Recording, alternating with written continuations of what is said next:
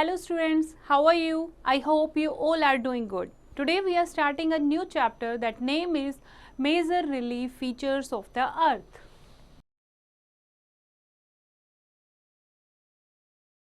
Okay, elevation and slopes of different landforms are different both at the global level and the local levels as well. जो हमारी अर्थ की surface है वो uneven है, कहीं से भी वो रेगुलर नहीं है. ओके अगर हम दूसरे शब्दों में कहें, the surface of the earth changes in height and slope. This difference in elevation and slopes of landforms in a specific area is known as relief.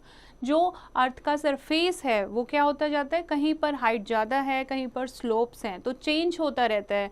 तो difference in elevation and slopes of landforms in a specific area, उसको हम कहते हैं relief. And relief को दो category में divide किया है, continents and oceans. Okay and here these are 7 continents, जो हमारे 7 कॉन्टिनेंट्स हैं, एंड 5 ओशियंस हैं.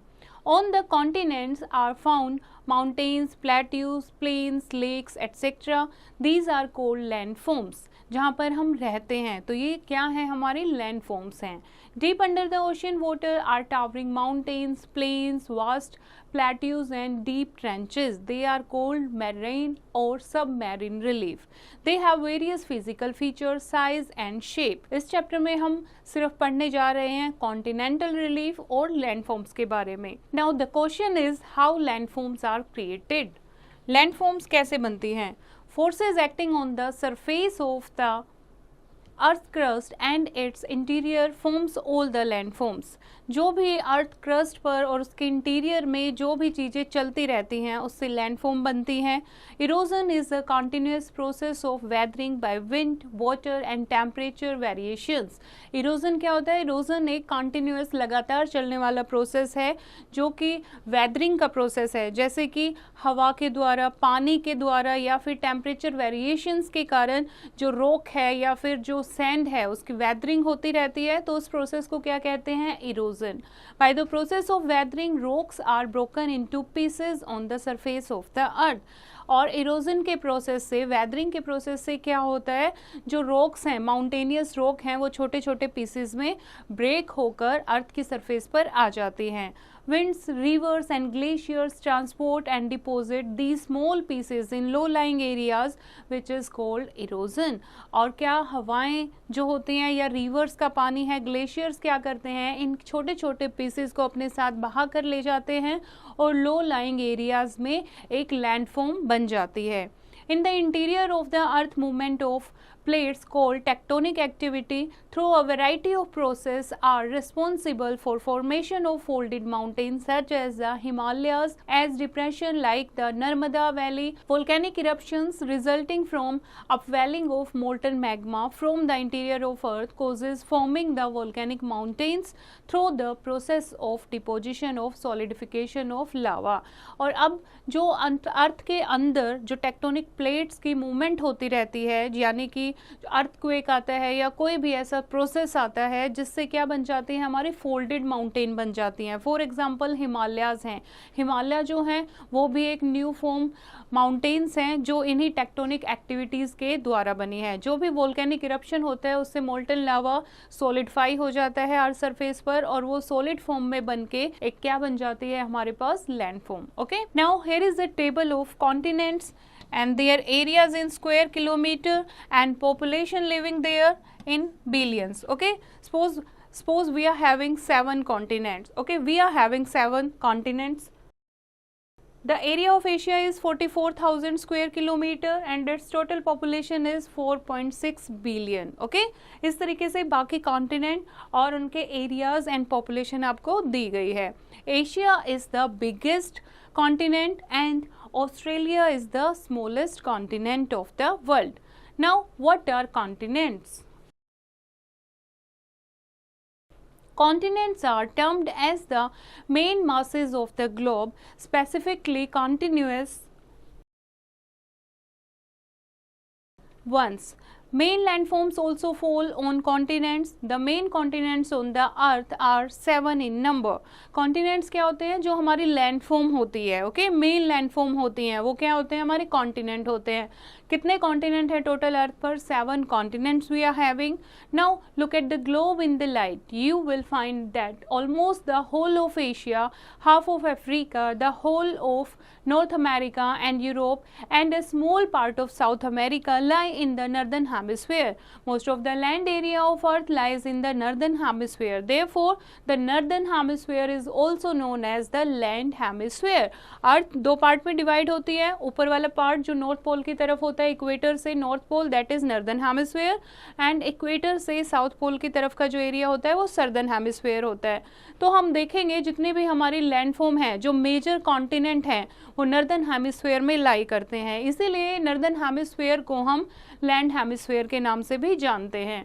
Even the land in the southern hemisphere lies close to the equator. When you examine this arrangement of land and water on the globe, you will find that more than 95% of the total land area occupied by the continent is diametrically opposite water bodies or oceans, and this is known as antipodal arrangement of continents and oceans. Further, whereas the North Pole is surrounded by ocean water, that is Arctic Ocean, the South Pole is surrounded by land area, that is Antarctica. This distribution of land and water is said to be the result of internal forces of the earth as well as earth's rapid rotation on its axis. Let us examine the continents first. Okay, अब देखो north pole जो है, north pole पर क्या है? आपका Arctic ocean है, और साउथ पोल पर क्या है? आपका कॉन्टिनेंट है, ओके, अंटार्कटिक कॉन्टिनेंट है. ये क्यों है ऐसा कि नॉर्थ पोल पर आपका वाटर एरिया है और साउथ पोल पर आपका लैंड एरिया है? बिकॉज ऑफ द रोटेशन, जो fast rapid rotation of earth on its axis है, उसके कारण, और जो इंटरनल फोर्सेस अर्थ के अंदर एक्ट करती हैं, उसके कारण ये ऐसा पॉसिबल है. ओके, और जो अर्थ की सरफेस है वो ईयर्स आफ्टर ईयर्स काफ़ी चेंज होती रहती है. Now let us examine the continent first. First is Asia. Asia is the largest continent on earth with a little less than 1/3 of the earth's total land area. In terms of size of its population, out of every 5 persons in the world, 3 persons live in Asia. In respect of its position on the globe, it lies almost entirely in the northern hemisphere. Asia सबसे बड़ा continent है अर्थ पर, okay, और total land area सबसे ज़्यादा है Asia में. उसके अलावा अगर हम पोजीशन की बात करें तो एशिया नॉर्दर्न हेमिस्फीयर में लाई करता है. There are only a couple of small Asian islands in the southern hemisphere. To the west, Asia is separated from the European continent by the Ural Mountains, the Caspian Sea and the Black Sea. Since no large water body separate Asia from Europe, the two are together known as Eurasia. अब Asia को चारों तरफ से water bodies या earl mountain जो हैं हर एक दूसरे कॉन्टिनेंट से सेपरेट करती हैं, लेकिन एशिया और यूरोप जो है कोई ऐसी मेन बॉडी नहीं है, मेन बड़ी वाटर बॉडी नहीं है जो इन दोनों को सेपरेट करती हो. तो इसीलिए एशिया और यूरोप दोनों को टुगेदर क्या कहते हैं? Eurasia. To the north, a large part of Asia lies within the Arctic Circle and remains very cold. As against this, a major portion of Southeast Asia borders the equator and remains very hot throughout the year. Eastern Asia borders the Pacific and is a region of highland and islands. The world's highest mountain range जैसे कि Himalayas and the deepest lake जैसे Lake Baikal and the largest inland lake the Caspian Sea are all in Asia. A lake which has no outlet to the sea is called an inland lake. Inland lake क्या होती है? जिसका कोई outlet सी में नहीं होता है, okay, यानी अंदर के अंदर ही होती है वो लेक, उसको इनलैंड लेक बोलते हैं. ये सारी चीज़ें एशिया में ही हैं. नेक्स्ट कॉन्टिनेंट की हम बात करने जा रहे हैं, that is Africa. Africa is the second largest continent after Asia.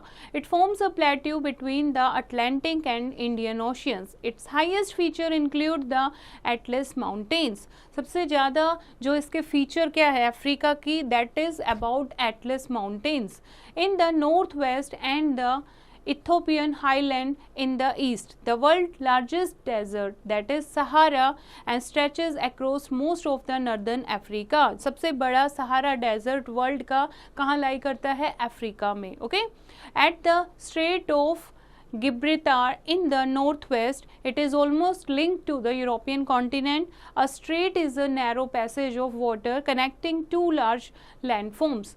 The Suez Canal separate Africa from Asia. Strait क्या होता है?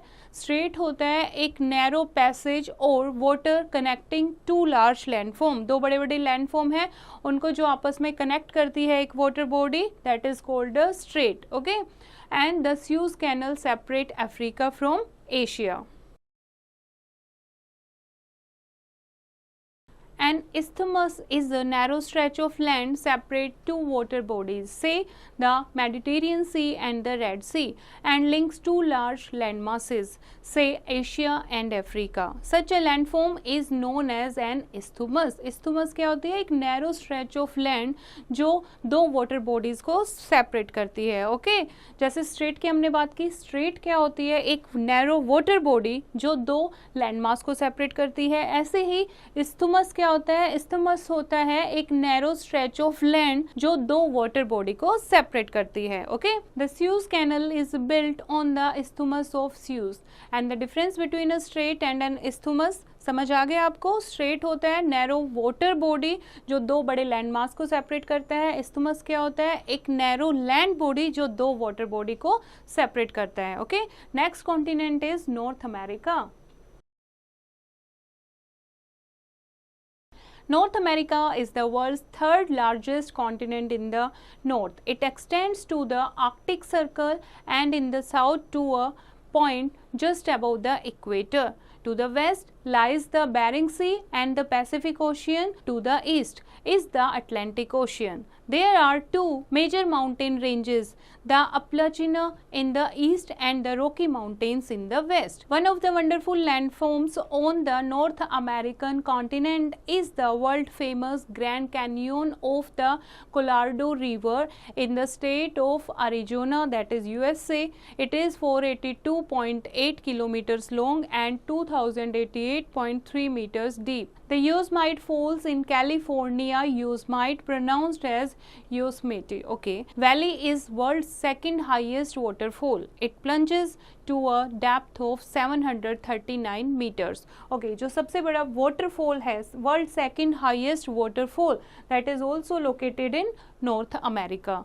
And massive waterfalls like the Yosemite Falls are formed when the rock beds are arranged in a horizontal manner and the topmost rock does not erode easily, while soft rocks are found in bottom layers and get eroded quickly. कैसे बनते हैं ये waterfall? जब नीचे की जो layer है, नीचे की जो soft rocks होती हैं वो erode हो जाती हैं और ऊपर की जो rock हैं वो as it is रहती हैं, तो पानी इस तरीके से गिरता है. इस टाइप के waterfall आपको नॉर्थ अमेरिका में देखने को मिलेंगे. Okay, This means that the water pours over and down a high vertical cliff face. There are many types of waterfalls depending on the rock structure. Next is South America. South America is the fourth largest continent of the world. Fourth largest continent है world का, and most of South America lies in the southern hemisphere. Southern hemisphere में lie करता है. About this location अगर हम बात करें, the world's longest mountain range जो कि Andes हैं, दुनिया की सबसे longest mountain ranges Andes mountains, and the longest river of the world Amazon, ये किस में लाई करती हैं? आपकी साउथ अमेरिका में. Okay, the Amazon is very wide and deep and holds a very large volume of water. जो Amazon river है बहुत wide और deep है, बहुत सारा पानी इसमें आता है. ओके, क्योंकि वर्ल्ड की सबसे लंबी नदी है ये.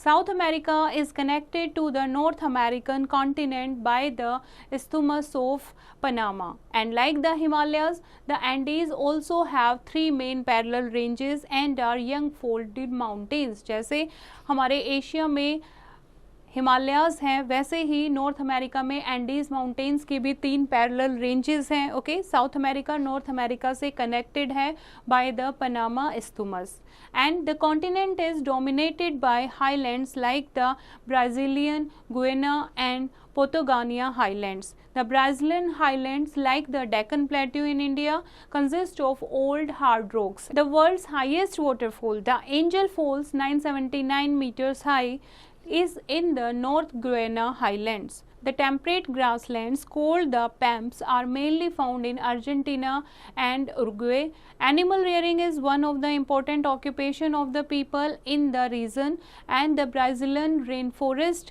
in the Amazon basin are the largest and densest forest their kind in the world, and they are considered very important to the climate of the world.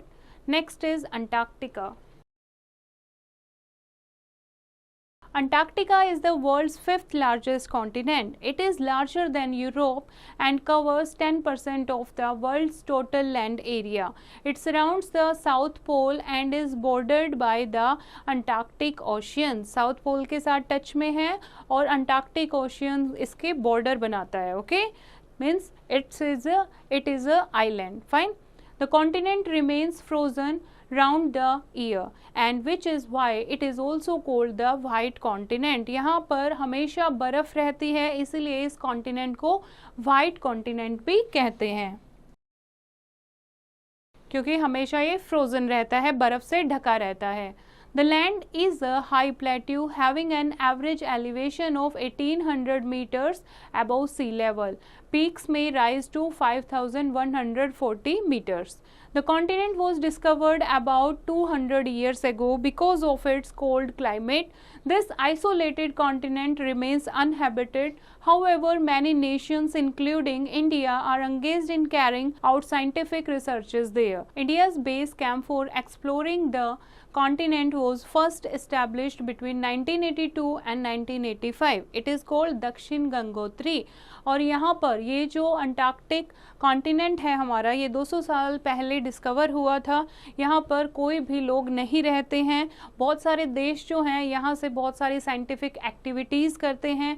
India का जो base out scientific research centre है यहाँ पर है, जहाँ से हम explore करते हैं बहुत सारी चीज़ें, और इसको क्या कहते हैं हम, Dakshin Gangotri. Okay, later another camp that is Maitri was also added in 1900.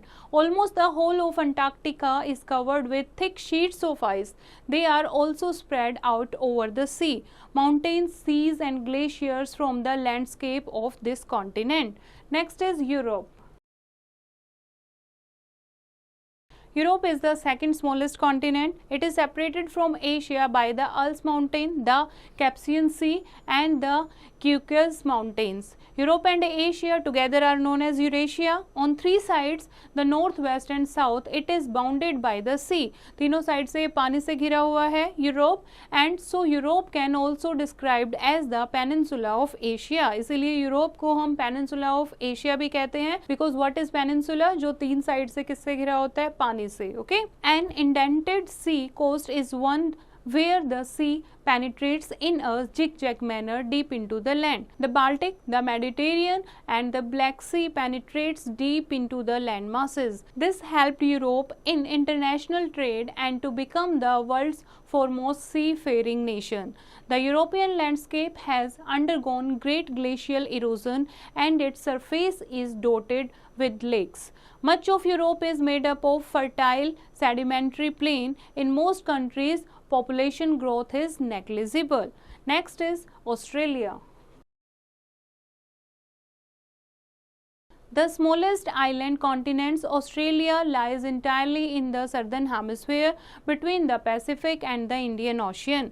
Australia कहाँ लाई करता है, छोटा सा एक island continent है Australia, and Australia lies entirely in the southern hemisphere between the Pacific and the Indian Ocean. The continent was discovered only in the 18th century. The Tropic of Capricorn runs through the middle of this continent. और इस continent के middle से कौन सी line, कौन सी imaginary line cross करती है? Tropic of Capricorn. It is the only continent comprising a single country and is about twice the size of India. Australia एक छोटा सा कॉन्टिनेंट है जो इंडिया से जस्ट डबल है और अकेला ऐसा कॉन्टिनेंट है जहां पर सिर्फ एक ही कंट्री है. Australia is the continent also and Australia is a country itself. Okay. Now, but its population is 35 time less than that of India. India से डबल है साइज, लेकिन पॉपुलेशन जो है इंडिया से 35 टाइम्स कम है. And the western plateau makes up 66% of the land area and it is mainly flat and dry. Murray and Darling, these are the two small rivers. Australia की ये longest river हैं. And the Great Barrier Reef lies off the northeast coast. It is a famous tourist destination. It runs about 2000 kilometers under the shallow waters of the sea. It is called barrier because of the coral reefs of which it is made are like hard rocks acting as a barrier to ships. Coral reefs are skeletons of tiny sea organisms called coral polyps, and they live in warm, shallow waters in tropical areas. Over millions of years, the skeletons of these tiny marine organisms hardens and build up the reefs. The Lakshadweep Islands in the Arabian Sea of volcanic origin with topping of coral, and these are called atolls. And the major landforms on the continents are given below. Okay, Australia जो है ये यहाँ पर coral reefs हैं. Coral reef क्या होते हैं? Coral क्या होते हैं? कोरल होते हैं जो सी ऑर्गेनिज्म के स्केल्टन्स होते हैं. बहुत सारे कोरल रीफ जो हैं वो एक साथ मिलकर जब बन जाते हैं तो एक माउंटेन टाइप में एक चीज़ें बना देते हैं. ओके, तो ये आपको कहाँ मिलेंगे? ऑस्ट्रेलिया में. और ऑस्ट्रेलिया के अलावा जो लक्षद्वीप आइलैंड है वो भी आपका किसका बना हुआ है? कोरल रीफ्स का बना हुआ है. Next is about major landforms on the continents. Major landforms on the continents are formed by movements deep within the earth. These internal convulsions make the earth's surface very undulating, and as we have read that difference on elevation and slope between the higher and lower part is called relief. Major types of landforms are described below. जैसा कि हमने पहले पढ़ा था, relief क्या होता है? जो भी difference होता है, difference between elevation and slope, ऊंचाई और ढलान के बीच का जो difference होता है, that is called relief. Okay? तो हम लैंडफॉर्म के बारे में पढ़ते हैं. First is mountains. A steep landmass rising to at least 610 meters above the surroundings is called a mountains. अपने आसपास के सराउंडिंग से जब अराइज हो जाती है लैंडफॉर्म, यानी 610 मीटर हाइट जब हो जाती है तो क्या बन जाती है? Mountain. There are several characteristic features of mountains based on how they were formed. These features are classified into 3 kinds. अलग अलग टाइप की माउंटेन होती हैं कि वो किस तरीके से बनी है, जैसे कि folded mountains, block mountains and volcanic mountains. The chief mountain ranges of the world, like the Himalayas and the Andes, are arranged in rows called ranges. यानी कुछ माउंटेन हैं जैसे कि हिमालयाज और एंडी माउंटेन्स हैं, वो 1 by 1 पैरेलल एक दूसरे के साथ एक लाइन बना देती हैं. इनको क्या कहते हैं? Mountain ranges. Okay. The mountains are also classified as either young or old. Okay, mountain भी है, वो भी 2 टाइप की होती है, या तो young mountains या फिर old mountains. Mountains which are still rising like the Himalayas are called young folded mountains. Mountain जैसे कि हिमालयाज हैं, ओके, जो अभी भी बढ़ रही हैं, जिनकी हाइट अभी भी इंक्रीज हो रही है, उनको क्या कहते हैं? Young folded mountains. The pointed summits of mountains are called peaks. जो चोटी होती है माउंटेन की, सबसे हाईएस्ट पॉइंट जो होता है उसको पीक कहते हैं. Old mountains ranges like the Aravallis in India and also of Russia are low and have rounded peaks. और जो पुरानी माउंटेन्स हो गई हैं, जैसे अरावलीज हैं इंडिया में और अल्स माउंटेन है रशिया में, वो बहुत हाइट जो है उनकी बहुत कम हो गई है और इनकी पीक जो है वो राउंडेड हो गई हैं. Okay. Being the oldest mountain ranges over long periods of geologic time, they have been worn down by weathering and material transported by forces of wind, water and ice. कैसे इनकी height कम हो गई है? इनमें इनकी हाइट जो है, जैसे यंगफोल्ड माउंटेन है, ये डे बाय डे इंक्रीज हो रहे हैं, लेकिन इनकी हाइट डिक्रीज कैसे हुई? जो ओल्ड फोल्ड माउंटेन्स हैं उनकी हाइट कैसे डिक्रीज हुई? Because of the process of weathering and erosion. Okay. Many mountain ranges of the world even near the equator are covered with snow. बहुत सारी mountains snow के साथ covered रहती हैं. These mountains like the Himalayas are also the source of many rivers. बहुत सारी rivers mountains से निकलती हैं. Block mountains like the Rift Valley in Africa are also the result of internal forces of the earth. These forces produce a huge rift, as a result of which some part of the surface of the earth rise above the surroundings, while other parts sink below the surface. Such mountains, like those in Great Britain, are also known as fault block mountains. Volcanic mountains are a result of accumulation and cooling of lava came out by volcanoes. Fault block mountains कौन सी होती हैं? जैसे अर्थ के under में कोई भी changes होते हैं, कोई भी चेंजेस चल रहे होते हैं, तो क्या होता है? एक ब्लॉक ऊपर आ जाता है, एक ब्लॉक क्या हो जाता है? सिंक हो जाता है बिकॉज ऑफ द प्रेशर. तो क्या बन जाती हैं? Fault block mountains. और वोल्केनिक माउंटेन्स कौन सी होती हैं? जो वोल्केनोज का जब लावा है बाहर आके वो कूल डाउन हो जाता है, सॉलिडिफाई हो जाता है, उससे कौन सी माउंटेन्स बनती हैं? Volcanic mountains. नेक्स्ट लैंडफॉर्म की हम बात कर रहे हैं, that is plateaus. A plateau is a large level area of land considerably raised above the adjoining land. आसपास के लैंड से थोड़ा सा ऊपर अप लेवल हो जाता है, उसको क्या कहते हैं? प्लेट्यूज. प्लेट्यूज को हम टेबल लैंड भी कह सकते हैं. Plateaus Plateaus are made by the same forces as mountains and are often found adjacent to mountains.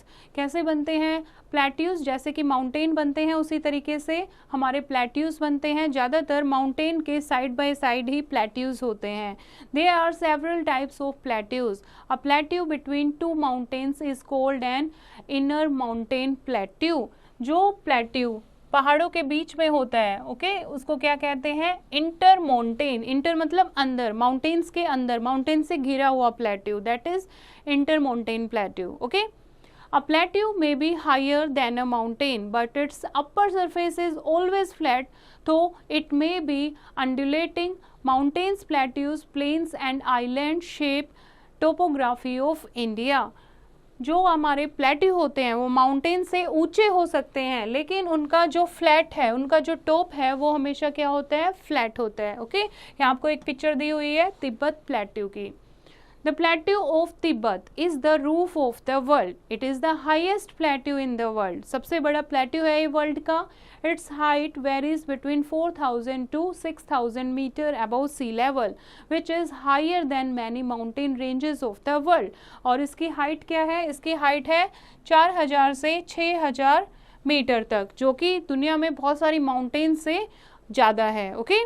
And plateaus are also classified as young and old. जैसे कि माउंटेन भी young and old mountains होती हैं, वैसे ही plateaus भी हमारे young and old plateaus होते हैं. Most of plateaus, like the Deccan Plateau in India, are rich in minerals made of lava. Most of Africa is made of plateaus. Africa में ज़्यादातर plateaus ही हैं. नेक्स्ट प्लेनफॉर्म की हम बात कर रहे हैं, that is plains. A relatively flat or low-lying land surface is called a plain. एक plain low-lying area surface, उसको क्या कहेंगे हम? Plain. Plains, depending on how they are formed, may be level and rolling. Others may have an wave-like surface, while still others may be undulating. And plains are formed by actions of rivers, winds, and ice.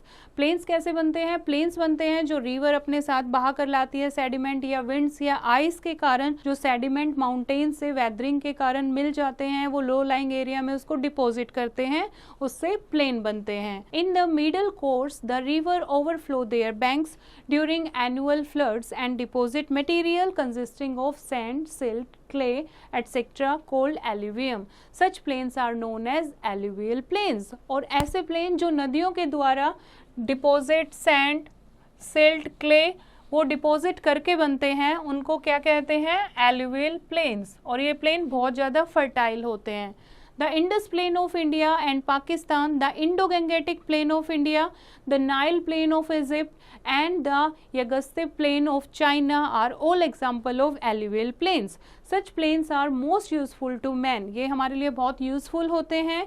And indeed the first civilization arose along the banks of river. जो first civilization जब लोगों ने रहना शुरू किया था वो भी नदी के किनारे रहना शुरू किया था, because they are fertile due to deposition of alluvium with availability of water. क्योंकि यहाँ पर इन plains पर alluvium soil थी और पानी easily available होता था.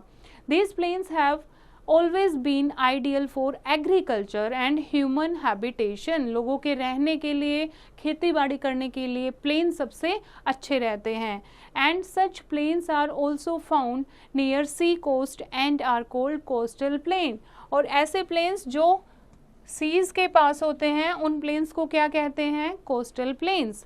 Planes are also made by action of glaciers and winds. और प्लेन्स भी कैसे बनते हैं? Because of the glaciers and winds के एक्शन के कारण.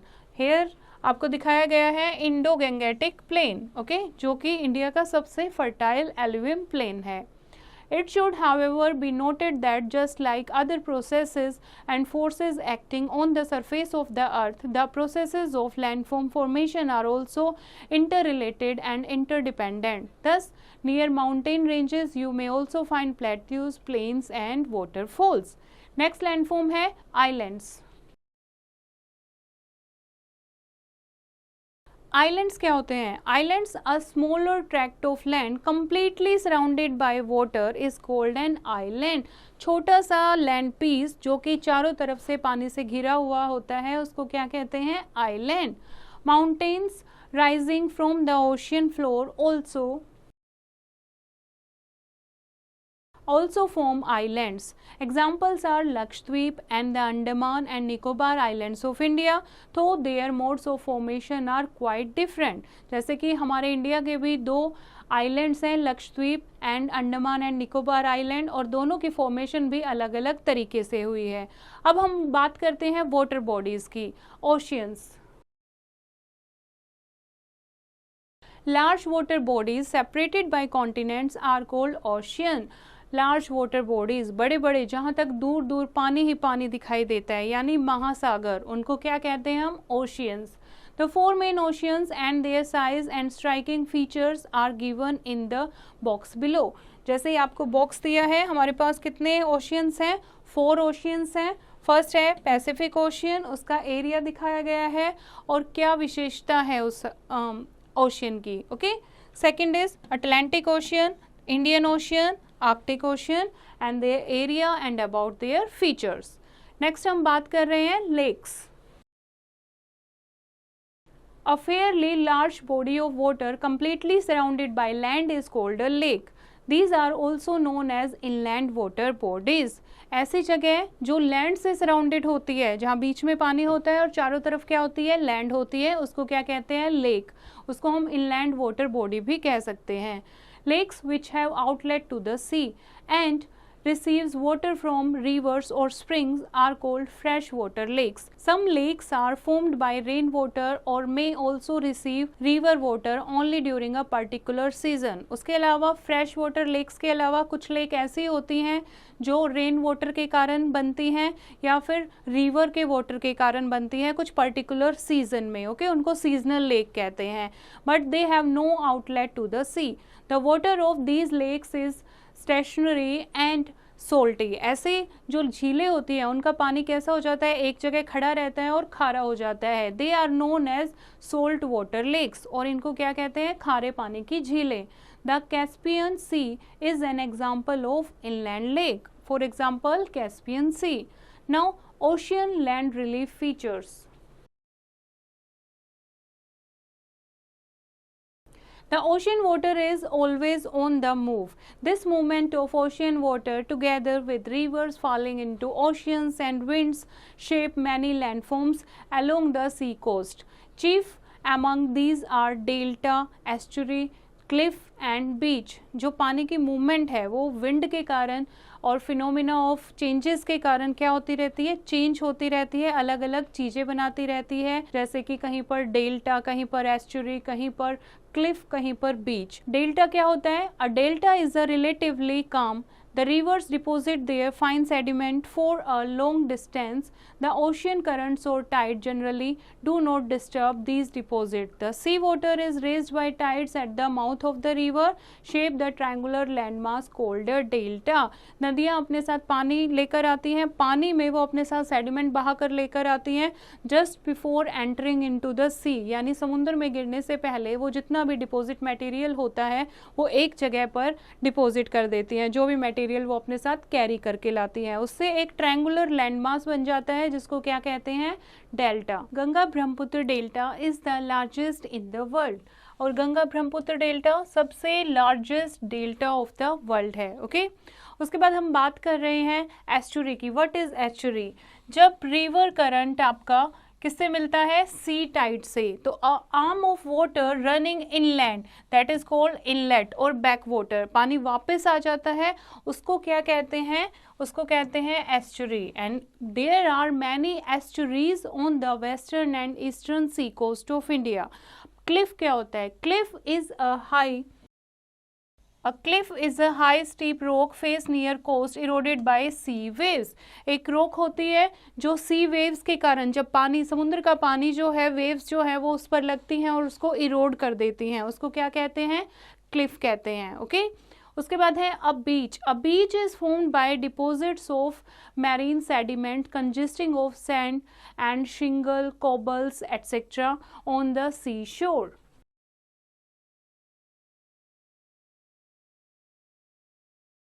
जो भी समुद्र की वेव है वो अपने साथ सेडिमेंट बहा कर लेकर आती हैं और अपने आसपास के एरिया में उसको डिपॉजिट करती हैं, तो वो क्या बन जाता है, बीच बन जाता है। On the sea shore and Marina beach in Chennai and Bondi beach in Sydney are two well known examples. Now next is importance of oceans. Oceans हमारे लिए कैसे इम्पोर्टेंट हैं?